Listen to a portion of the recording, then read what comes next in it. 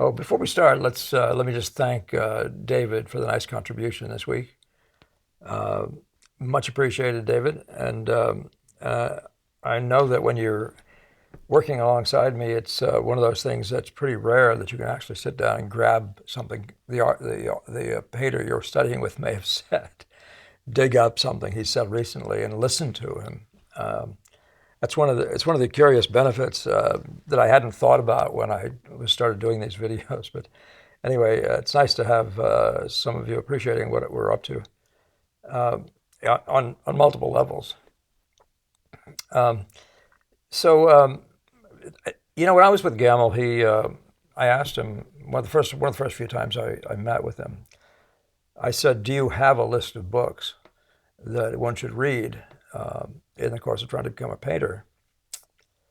And he said, and by the way, I was doing it because I was doubtful that he was going to even accept me as a painter. I knew I was too old, and all those things.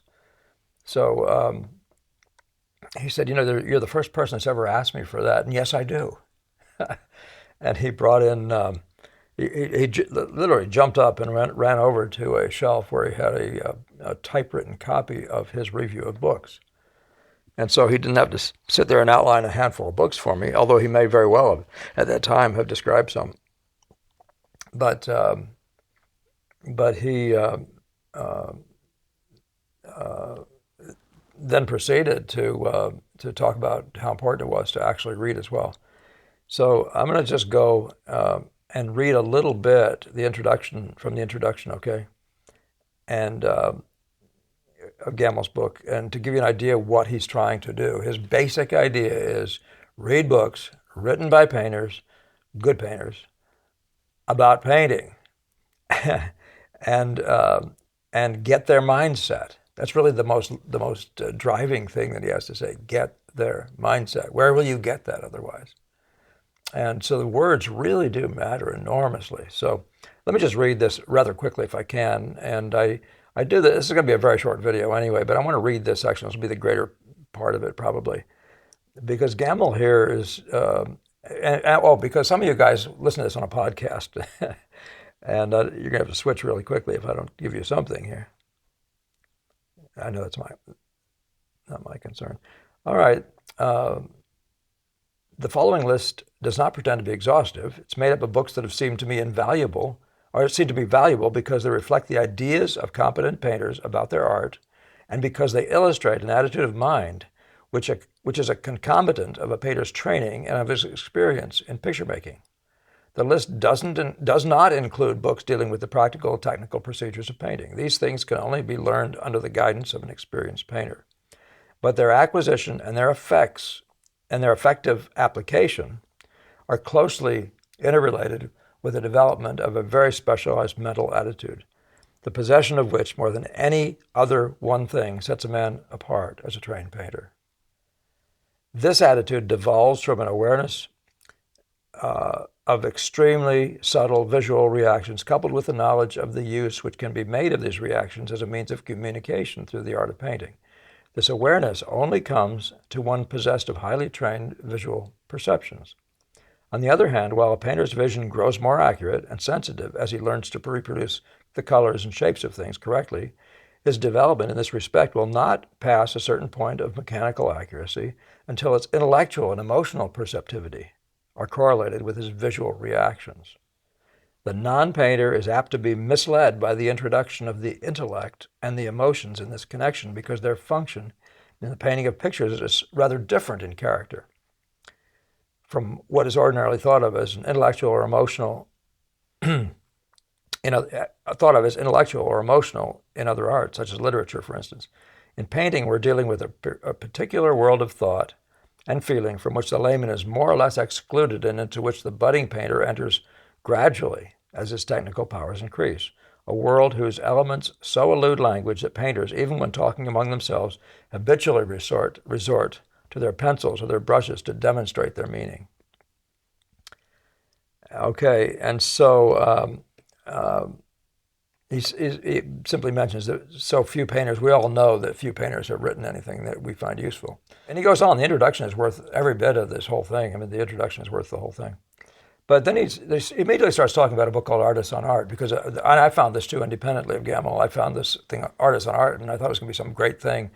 And it was so much about, written by fifth-rate painters, and it was so uninteresting. It was very disappointing. There are probably two or three useful quotes in it for a person who's trying to become a really good 19th century, a traditional painter of the type that's we've all been working for some time, working toward for some time. But what he does talk about is the Kenyon Cox's books with praise. And if for any of those of you who haven't seen it, the Cox list, I was looking for it. His list is Old Masters and New, Painters and Sculptors, The Classic Point of View, The Artist in Public, and Concerning Painting. These books are probably all still available. I'm holding a couple up for you just here.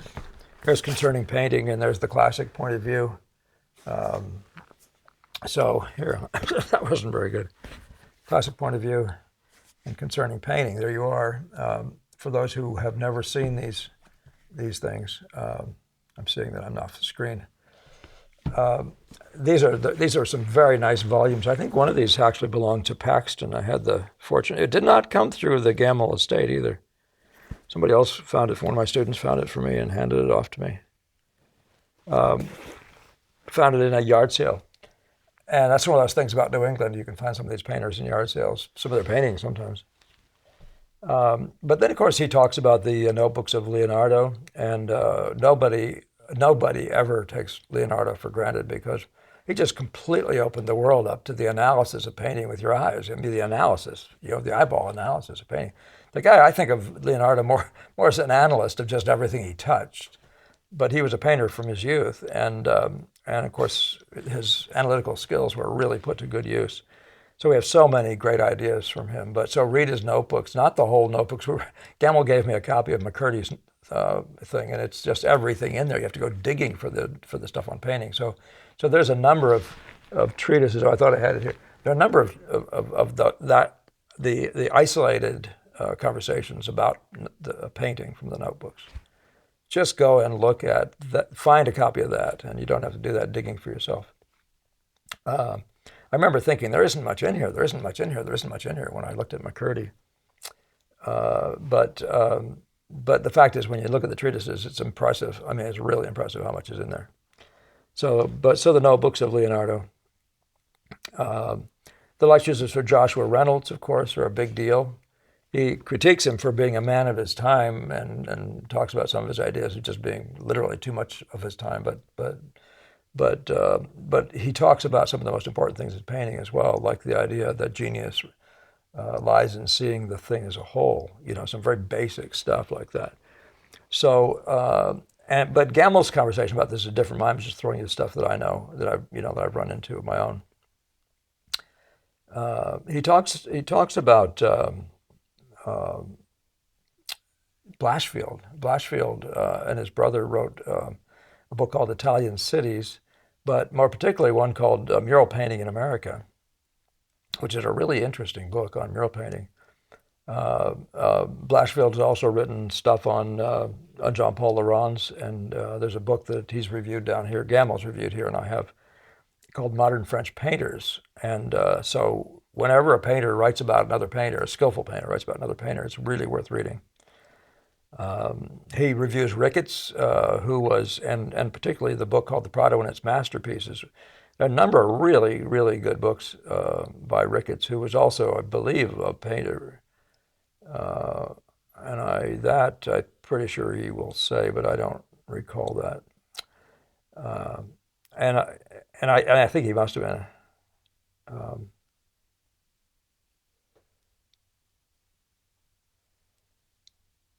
Yeah, he was. It says Gammell says he's apparently spent more of his time in the study of pictures than the painting of them. So, and so it goes. Let's see what else we have here.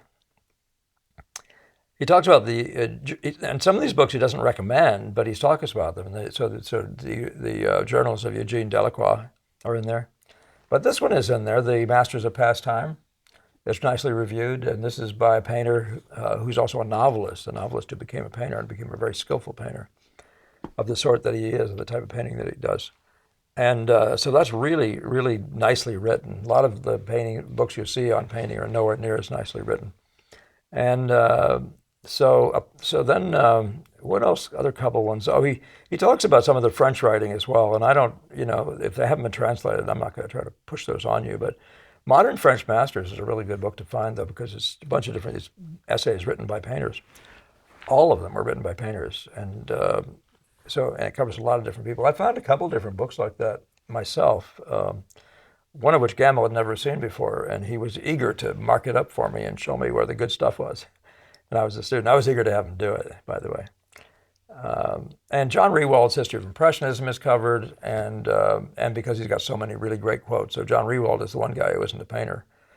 And then he talks about the Hale's book on Vermeer, and he talks about really the handbook of modern impressionism, somewhere between Hale's book on Vermeer and Velasquez. And I say modern impressionism, I mean impressionism in the broadest sense of that word. So go read, go get the list, enjoy, and let's get out of here. I know you've all left town anyway. Gone and hunted up the books. It's a wonderful read. Gammell is, as readable as ever, and you can plainly see, by the way, Gammell has that mind about him that you're trying to get. So I would just add to this: read Gammell's writings, and I'm going to provide you anybody who wants it, either and both of these things. And I hope to be able to make a location available to you at the end of this video where you can find these things, okay? So again, thank you for your comments. It's really been nice to see all these new comments coming in. I'm getting a good number now that I can build on and make new videos with. So in response, responding to. And thank you for your comments. That's what I'm saying. Thank you for your comments. Thank you for your donations. Your sharing and whatever that other one is. Lynn, help me there. Subscribing. Okay. Anyway, do enjoy the Gammell review and a piece of my personal history in the course of it. And we'll see you next time.